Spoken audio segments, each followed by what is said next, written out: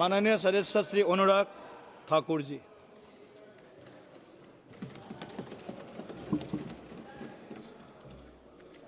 धन्यवाद सभापति महोदय।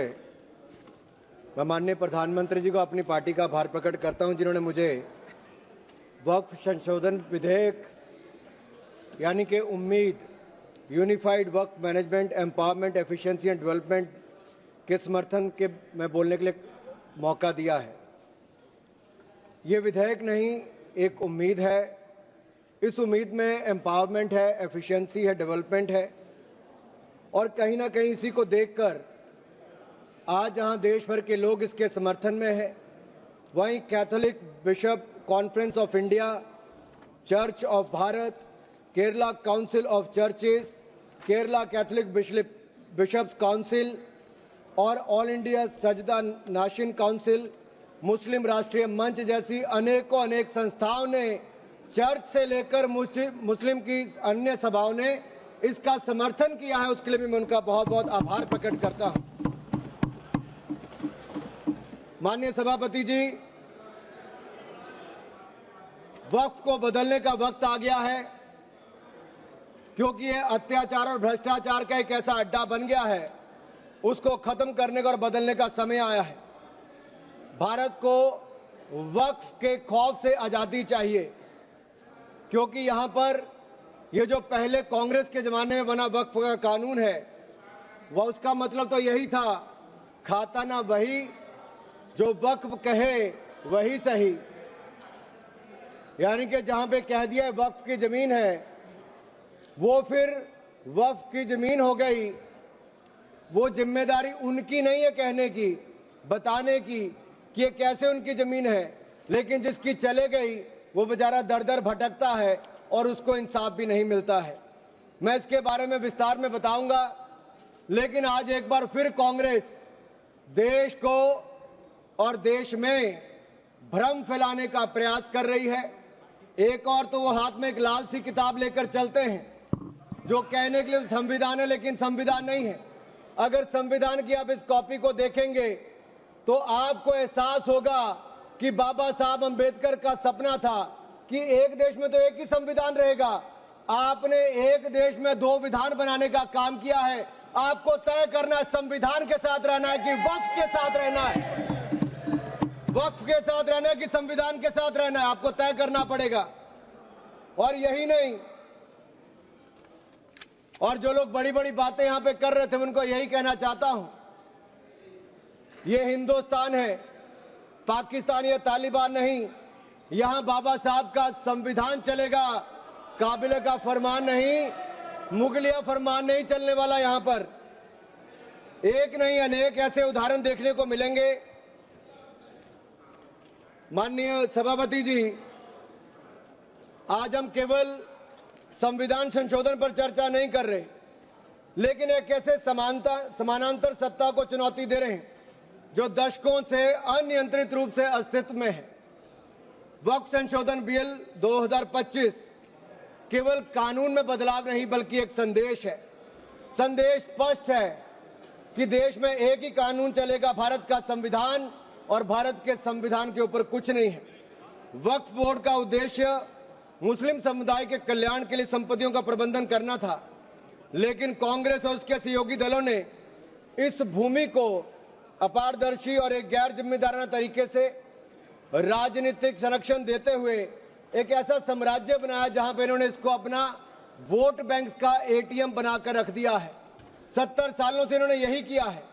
1947 में भारत ने एक विभाजन देखा है, वो एक परिवार और एक पार्टी के कारण वो विभाजन हुआ है। आज जमीन जिहाद, लैंड जिहाद के नाम पर हम दूसरा विभाजन नहीं होने देंगे, नहीं होने देंगे। एक स्पष्ट संदेश तो यहां पर देना ही चाहते हैं कि मोदी जी के राज में भारत में एक कानून, एक संविधान और एक भारत रहेगा। और एक स्पष्ट संदेश भी है, एक है तो सेफ है। और यही नहीं, हम क्या कह रहे हैं, हम कह रहे हैं कि इस बिल के माध्यम से पारदर्शिता लाएंगे। पारदर्शिता लाएंगे तो जवाबदेही भी तय करेंगे।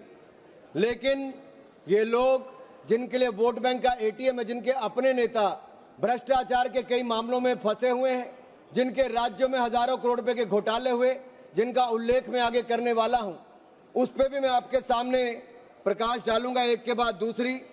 लेकिन सवाल ये खड़ा होता है कि 70 साल से ये प्रक्रिया जो चल रही है, चाहे 1964 की बात हो, 69 की बात हो, उसके बाद एक के बाद दूसरे संशोधन आए, 95 से लेकर 2013 तक इन्होंने इस कानून को इतना ऐसा बना दिया कि इसको चुनौती देने तक का भी हक कहीं नजर नहीं आता था। ना कोई ऑडिट, ना कोई निरीक्षण, बस भूमि अधिग्रहण की बात, शहर दर शहर, गली दर गली, इस पर एक तरह से कब्जे के बाद दूसरा कब्जा करने का काम किया गया। ये धर्मनिरपेक्षता नहीं थी, ये एक नरम विभाजन की ओर ले जाने का काम था, एक नरम विभाजन की ओर ले जाने का काम था।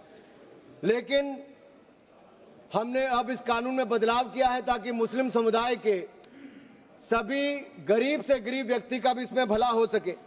मुझसे पहले एक मुस्लिम समुदाय के एक सदस्य जो कांग्रेस पार्टी से आते हैं, वो अपना भाषण कर रहे थे। मैं उनको ही कहना चाहता हूं, अशरफ, अजलफ और अर्जल, क्या इनमें भी कोई अंतर है? और राहुल गांधी जी से पूछना चाहता हूं, और अखिलेश जी यहां पर पहले ज्ञान बांट रहे थे थोड़ा सा, क्या मुस्लिम समुदाय में भी जातियां हैं? क्या भेदभाव है? क्या छुआछूत है? लाल टोपी वालों का मैं बताऊंगा, अभी 2017 में जब आपकी सरकार आने से पहले घोटाले कितने थे? एक नहीं अनेक, लेकिन इनके काले कारनामे आज खत्म हो जाएंगे सर। ये विधायक कांग्रेस की तुष्टीकरण की राजनीति का अंतिम संस्कार करने वाला है, मैं विश्वास दिलाना चाहता हूं। This will be the last nail in the coffin of Congress politics of appeasement. अगर आप देखिए, इन्होंने इससे पहले भी पंडित जवाहरलाल नेहरू जी ने पहले तो देश के विभाजन करने में वो काम किया, उसके बाद धारा 370-35 से देकर ऐसे जख्म दिए कि हजारों लोगों की मृत्यु हो गई। लेकिन ये नरेंद्र मोदी जी की सरकार थी जिसने धारा 370-35 को सदा के लिए खत्म करने का काम किया है। यह हमारी प्रतिबद्धता थी मुस्लिम समुदाय की बहनों की ओर। जो ट्रिपल तलाक से निजात दिलाने का किसी ने काम किया तो नरेंद्र मोदी की सरकार ने किया है। आपने तो वायदा किया था कि जो पाकिस्तान, बांग्लादेश और अफगानिस्तान में रह गए हैं उनको वहीं पर पूरा न्याय मिलेगा, लेकिन नहीं मिला। लेकिन उनको भारत में भी आकर अगर उनको नागरिकता देने की बात थी तो आपकी सरकार में 60 सालों में नहीं हुआ। सीएए कानून किसने बनाया? तो वो भी नरेंद्र मोदी की सरकार ने बनाकर वो काम किया है। मैं एक बात और इसमें कहना चाहता हूं, अगर इसमें एक के बाद दूसरा देखा जाए, कांग्रेस ने कहीं ना कहीं और कांग्रेस के सहयोगी दलों ने वोट बैंक के लिए संविधान का सौदा कर लिया है, और ये सौदा ही किया है। तभी तो हमने एक के बाद दूसरे उदाहरण देकर कहा कि आपने कैसे उसको अपना वोट बैंक किया, एटीएम बना के रखा। लेकिन ये जो बिल है, ये अन्याय की जड़ पर प्रहार है, और इस प्रहार के बाद सबको न्याय, न्याय और न्याय ही मिलने वाला है। हमने कहा है कि प्रत्येक वक्फ संपत्ति रजिस्टर हो, पंजीकृत हो, उसके आंकड़े होने चाहिए, और हर झगड़ा कानून के अंतर्गत हल हो, किसी डर और भय के अंतर्गत ना हो। आपको इस बात का क्यों डर है?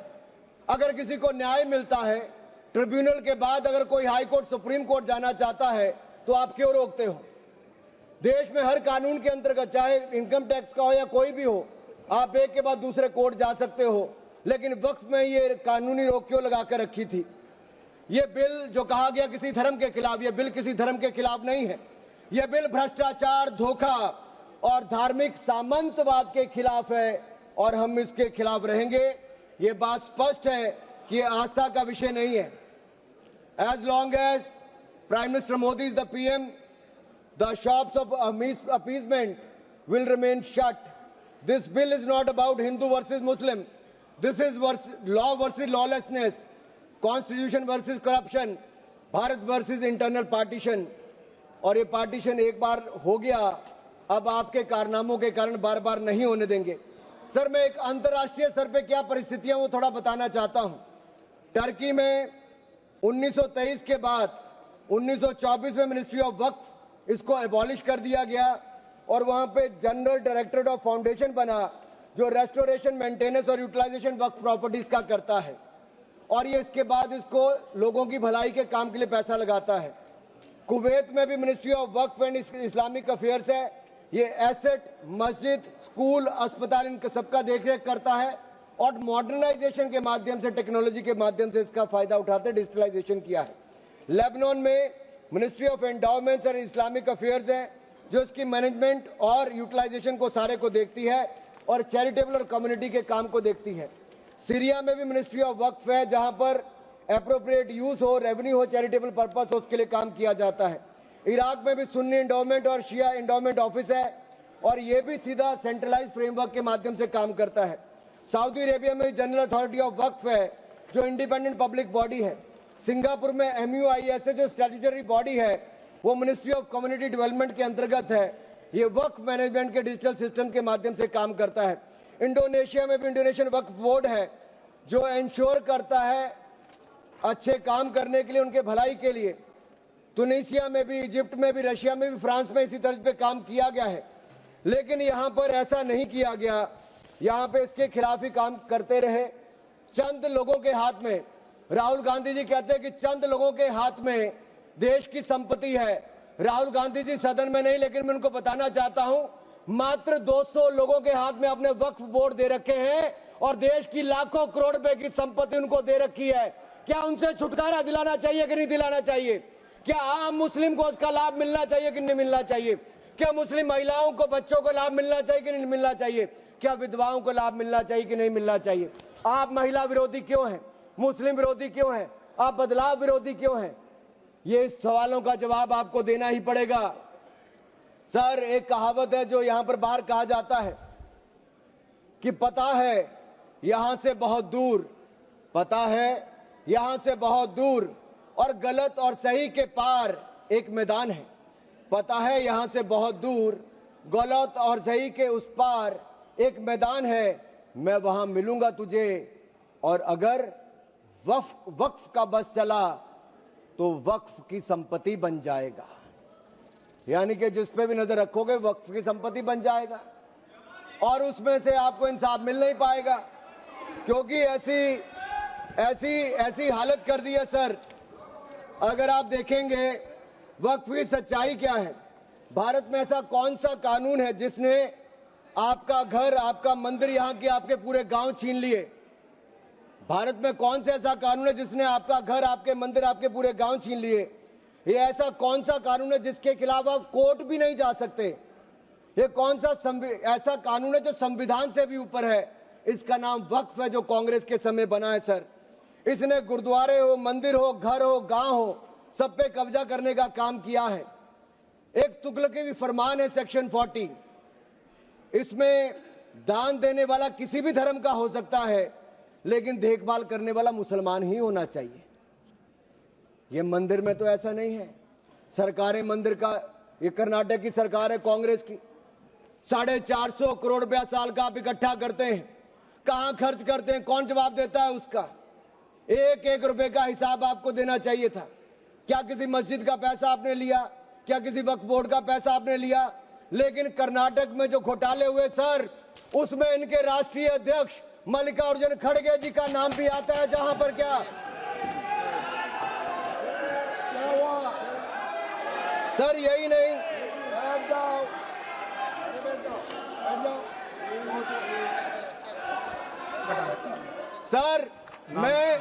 सर मैं इसको माननीय नहीं सर, मैं सबूत के रूप में सर मैं लाया हूं सब कुछ। मैं बोल दिया सर, ऐसा गिवन द डिसीजन, निर्णय दे दिया बस। प्लीज सर, नाम नहीं लेता सर, मैं नाम वापस ले लेता हूं सर। बड़ी मुश्किल से परिवार के बाहर सर, इसमें सर मैं टेबल कर देता हूं सर, मैं टेबल कर देता हूं सर, ये मैं टेबल कर देता हूं सर। सर, आपकी अनुमति हो तो मैं ऑथेंटिकेट करके टेबल कर देता हूं सर। जी, नाम वापस ले लिया, एक मिनट वापस ले लिया। ठीक है, एक मिनट आप सब बैठिए, आप सभी लोग बैठिए, आप सब लोग बैठिए। माननीय Venugopal ji please. Please please Sir, we are. कौन सा रूल में बोल रहे हैं आप? To sir, 352. while a member is speaking to him of the sir, हमने कैसे नहीं नो नो नो एक मिनट आप लोग मत बोलिए माननीय वेणुगोपाल जी, हमने नाम एक्सपांस भी डिलीट भी कर दिया और उन्होंने भी वापस ले लिया। उसके बाद और क्या है? उसके बाद क्या है?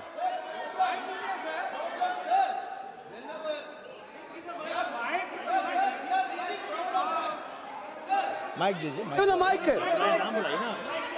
एक मिनट वेणुगोपाल जी बोलिए, आप वेणुगोपाल जी बोलिए। Please be sit there, all members please sit there. Sir, while he's speaking, he's totally misled the House. Not only misleading the House, he took the name of Honorable Leader of Opposition of Rajya Sabha here in a very bad way. We are really proud, sir, we are really proud of that. We are having a Congress president who came from the grassroots level of this country. Okay. With so much, he didn't like Mallikarjuna Kharge ji because he is leading by his casteism. Okay, thank you please continue sir आज माननीय सभापति जी, आखिरकार कांग्रेस ने अपनी जातिवादी सोच को सामने ले ही आए। ये कभी जाति के नाम पे, कभी क्षेत्र के नाम पे, कभी धर्म के नाम पर बांटने का काम करते हैं। मैंने किसी जात का नाम नहीं लिया था, लेकिन आप जाति को लेकर आए हो। और यही नहीं सर, ये रिपोर्ट देखिए, ये विधानसभा, कर्नाटक की विधानसभा में कांग्रेस के एक नहीं अनेक नेताओं के नाम आए जिन्होंने वक्फ की प्रॉपर्टी को खाने का काम किया है, हजारों करोड़ के घोटाले करने का काम किया है। इसीलिए आप लोग पारदर्शिता नहीं चाहते, इसीलिए आप लोग ट्रांसपेरेंसी नहीं चाहते, इसीलिए आप लोग जवाबदेही नहीं चाहते। सर मैं इसको ऑथेंटिकेट करके रिपोर्ट को रखना चाहता हूं। सर यही नहीं, ये तुगलकी फरमान जो थे, मैं कर देता हूं सर, अगर किसी की संपत्ति जिसके ऊपर उन्होंने कब्जा कर लिया हो, सर इसको साबित करने से उनको वक्फ साबित नहीं करना सर। ये जिसकी प्रॉपर्टी है बेचारा, उसको धक्के खाने पड़ते एक से जगह दूसरी जगह के लिए। सर ये आम व्यक्ति के लिए एक अभिशाप है। अगर सरकारी जमीन छीनी जा सकती है, गांव के गांव छीने जा सकते, तो आप कल्पना कीजिए आम इंसान की प्रॉपर्टी को कैसे किया जाएगा। सर नो ऑब्जेक्शन सर्टिफिकेट लेके जाना पड़ता है। सर वक्फ का साम्राज्य इतना बड़ा हो गया कि 9 लाख एकड़ जमीन जो लाखों करोड़ की है। सच्चर कमेटी कब बनी? आपकी सरकार के समय बनी। 2006 में उसकी रिपोर्ट आई। आप क्यों हाथ पे हाथ धर के बैठे रहे? क्यों बैठे रहे? उन्होंने कहा था कि साल का 12,000 करोड़ रुपए की आमदन हो सकती है। पिछले 20 सालों में 2.5 लाख करोड़ रुपए की आमदन हो गई होती। आमदन होती तो मुस्लिम महिलाओं का, बच्चों का और मुस्लिम समुदाय का भला हुआ होता। लेकिन कांग्रेस पार्टी ने भला कभी चाह ही नहीं मुस्लिम समुदाय का, केवल वोट की राजनीति करके रखा। सर ये कितनी है? मॉरिशियस जैसे 2 देश, उसके बराबर वक्फ बोर्ड की जमीन है।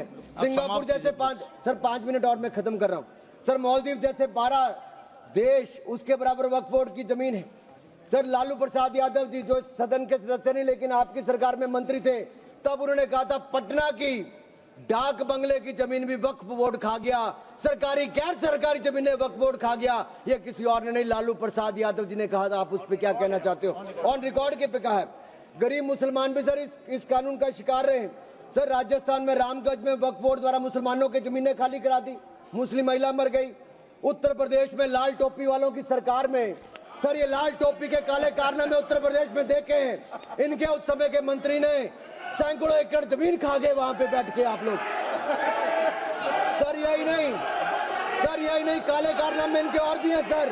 मैं सर ये सारा आपकी इजाजत से, सर ये मुस्लिम विरोधी भी है, महिला विरोधी भी है, पसमंदा विरोधी भी है, अहमदिया विरोधी भी है, और विरोधी भी है। सर यही नहीं, प्लीज बैठिए सर यही नहीं, आपका बारी आएगा, आप ये गरीबों के उत्थान के लिए तब भी कुछ नहीं कर पाए सर। आप बैठिए सर ठीक रिकॉर्ड रखने का इन्होंने कुछ नहीं किया सर। हम क्या कहते हैं, शिया हो, अहमदिया हो, महिला हो, पिछड़े वर्ग के मुस्लिम समुदाय के लोग हो, उनको इसका सदस्य बनाइए। आप क्यों उसको इसका सदस्य नहीं बनाना चाहते? आप मुस्लिम समुदाय में भी जातिवाद करते हो, उनके भी पिछड़े मुसलमानों को नहीं रखना चाहते। सर यही नहीं, sir Waqf is a state with in state. ये मुसलमानों का हक मारने का काम किया गया सर। यही नहीं सर, मैं आपको बताना चाहता हूं, जीरो अकाउंटेबिलिटी है वक्फ बोर्ड की, जीरो अकाउंटेबिलिटी। कैसा क्यों है सर? सर मनमोहन सिंह जी ने कहा था, कह सकता हूं, वेणु जी के नहीं कह सकता, कह देता हूं, पूर्व प्रधानमंत्री ने कहा था, आप सोच लेना किसने कहा था। पूर्व प्रधानमंत्री ने कहा था, Muslim must have first claim on our resources. एक सदा हिंदू विरोधी रहे हैं, ये केवल मुसलमानों के पक्ष में किया, लेकिन आपने मुसलमानों के लिए कुछ नहीं किया। अगर मुसलमानों को पक्के मकान, पीने का पानी, अच्छी शिक्षा, भोजन, ये सब किसी ने दिया है तो नरेंद्र मोदी जी की सरकार ने दिया है। धन्यवाद। यही नहीं सर, सर 3 मिनट में और सर खत्म कर रहा हूँ। 1 मिनट में खत्म कीजिए। सर 1 मिनट में हो नहीं पाएगा सर। सर ये देखिए, सर ये देखिए सर, मैं रिपोर्ट लाया हूं सर, कहां से कहां तक इन्होंने, सर कहां से कहां तक इन्होंने राज्य दर राज्य कैसे हिंदुस्तान की जमीनों पे कब्जा किया है। सर ये देखिए सर, आंकड़े आपको दिखाते हैं, एक राज्य नहीं सर, केरल में, सर केरल में ये कहते तो हैं कि ये वायनाड के बेटे हैं, बेटी हैं, लेकिन वहां पे भी वक्फ का कहर जारी है सर। पापी वोट बैंक का सवाल है, आप वायनाड में भी चुप रहते हो, कुछ करते नहीं हो, और वायनाड का रहनुमा कहने वाली आज गायब है, और गायब है, और वहां पर भी उनकी संपत्तियों पर हो रहा है सर। इसलिए चर्च ने भी कहा सर, केरल में तो रोज ऐसे हो रहा है सर, बेलगाम हो चुका वक्फ बोर्ड, किसानों, मजदूरों, हिंदुओं की जमीनों को इविक्शन नोटिस दे रहा है सर। एर्नाकुलम में सर 404 एकड़ जमीन पर दावा ठोक दिया है, 604 पिछड़े ईसाई और हिंदू परिवारों के घर छीन लिए। त्रावणकोर में सर राज परिवार की जमीन खा गए। केरल में कांग्रेस और वामदल ने मिलकर बिल पास कर दिया। कर्नाटक में 15,000 एकड़ की कहानी मैं आपको बता चुका हूं। तिरुचिरापल्ली में सर इन्होंने एक गांव में 1500 साल पुराने प्राचीन मंदिर के साथ लगती जमीन सर, इस पे कब्जा करने की बात कही सर। सूरत के नगर निगम में सर मुगलों की संपत्ति बताने का काम किया सर। नगर निगम को भी सर बेट द्वारका के 2 द्वीपों पर दावा ठोक दिया है। क्या भगवान कृष्ण से पहले इस्लाम धर्म आ गया था? क्या भगवान कृष्ण से पहले इस्लाम धर्म आ गया था सर? यही नहीं, कल क्या आनंद भवन और नेशनल हेरिटेज पर आकर, मैंने अभी बार सुना था कि आनंद भवन और नेशनल हेरिटेज पर वक्फ बोर्ड अपना दावा ठोकने वाले हैं, तो दे दोगे क्या? और यही नहीं सर, एएसआई संरक्षित स्मारकों पर, एएसआई सुरक्षित स्मारकों पर भी सर यही नहीं सर, कर्नाटक में 53 ऐतिहासिक स्मारकों को वक्फ संपत्ति घोषित कर दिया है सर। यही नहीं सर, हम्पी सर्कल में 6 ऐतिहासिक संरक्षित उसमें सर हासिल कर लिया सर। यही नहीं सर, एएसआई के 120 प्राचीन स्थानों पर भी इन्होंने ऐसा किया है सर। ये किसान कल्याण की तो राहुल जी बात करते हैं, लेकिन कर्नाटक में इनकी सरकार में 15,000 एकड़ जमीन किसानों की छीनने का काम आपकी सरकार ने आपके वक्त में किया है सर। यह किसान विरोधी है, ये महिला विरोधी है, और मैं इन सबसे कहना चाहता हूं सर, ऐसे काम नहीं चलेगा। ये कहते हैं कि पुराने कानून के तहत न्याय मिल जाएगा सर, न्याय नहीं मिलता सर 1 मिनट सर। आप देखिए, वक्फ की आय जो 12,000 करोड़ रुपया साल होनी चाहिए थी, आज 1 करोड़ 30 लाख रुपया रह गई है। कौन खा रहा है पैसा वक्फ बोर्ड का? कांग्रेस के नेताओं के नाम आते हैं सर। यही नहीं, पश्चिम बंगाल में 1100 करोड़ रुपए का, तमिलनाडु में 2000 करोड़ रुपए का, महाराष्ट्र में हजारों करोड़ रुपए के घोटाले हुए। इन सब की सरकारों में कहे गए, मैं सारे सबूत लाया हूं, सारी रिपोर्ट्स लाया हूं। आपका अनुरोध करता हूं सर कि सारे के सारे ऑथेंटिकेट करके मुझे रखने का मौका दिया जाए। ये विपक्षी दल, क्योंकि ये भ्रष्टाचार में जुड़े हुए हैं, हम वक्फ बोर्ड के भ्रष्टाचार को खत्म करना चाहते हैं। धन्यवाद सर। ये बस ये तेरे आखिरी लाइन है सर। ये नेशनल हेरिटेज में छपा है कि महाराष्ट्र में हजारों करोड़ रुपए का घोटाला, महाराष्ट्र में छपा नेशनल हेरिटेज में, और नेशनल हेरिटेज के घोटाले के रूप में कांग्रेस के एक नेता बेल पर है जो अपनी सेवाएं यहां पर दे रहे हैं। उसी नेशनल हेरिटेज में लिखा गया है, ये कांग्रेस पंचतंत्र का वो बंदर है जहां रोटी के बंटवारे के नाम पर ये सारी रोटियां खा जाते हैं सर। सर, ये मंदिरों की जमीन संपत्ति के नाम, ये विशेष कानून इसके लिए क्यों नहीं है सर? ये वक्फ के लिए क्यों है सर? इनका विचार साफ नजर आता है सर। ये मंदिरों का सोना पिघलाकर ये तब तो ले जाते हैं लेकिन भ्रष्टाचार के नाम पर जमीन पर कब्जा करने के लिए वक्फ बोर्ड बना देते हैं। सर, हमारी सरकार वक्फ को पारदर्शी और जवाबदेह करना चाहती है। हमारे सेक्शन 40 पास काफी वक्ताओं का लिस्ट है, सबको बोलने का मौका देना है। लास्ट 30 सेकंड में लास्ट 30 सेकंड सर। सर, आपने कहा था कि कोई बीच में टोका टोकी नहीं करेगा, लेकिन इन्होंने तो एक ऐसा जमींदार खड़ा कर दिया है जो एक नहीं अनेक ऐसी हजारों करोड़ रुपए की संपत्तियां खा गए। और कर्नाटक के कुछ नेताओं के, कांग्रेस के नेताओं के नाम में सर ले सकता हूं, जिनका रिपोर्ट में नाम आया सर, विधानसभा में रिपोर्ट आई है सर। सिटिंग विधायक है, पूर्व विधायक, पूर्व मंत्री, राज्यसभा के प्रतिपक्ष के नेता हैं। ये वक्फ की प्रॉपर्टियों पे कब्जा करने वाले, पैसा खाने वाले हैं। और यहां तक कि एक 5 स्टार होटल का भी सुलह कराने के लिए इन्होंने कही।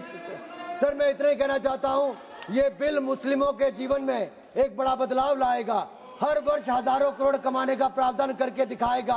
अच्छी शिक्षा, अच्छी सुविधाएं, अच्छे मकान, अच्छा इलाज और अच्छा भविष्य देने का काम ये नरेंद्र मोदी की सरकार में वक्फ बोर्ड का संशोधन बिल उम्मीद के माध्यम से एक नई उम्मीद बांध कर दिखाएगा, नई उम्मीद बांध कर दिखाएगा। बहुत बहुत धन्यवाद। माननीय सदस्य।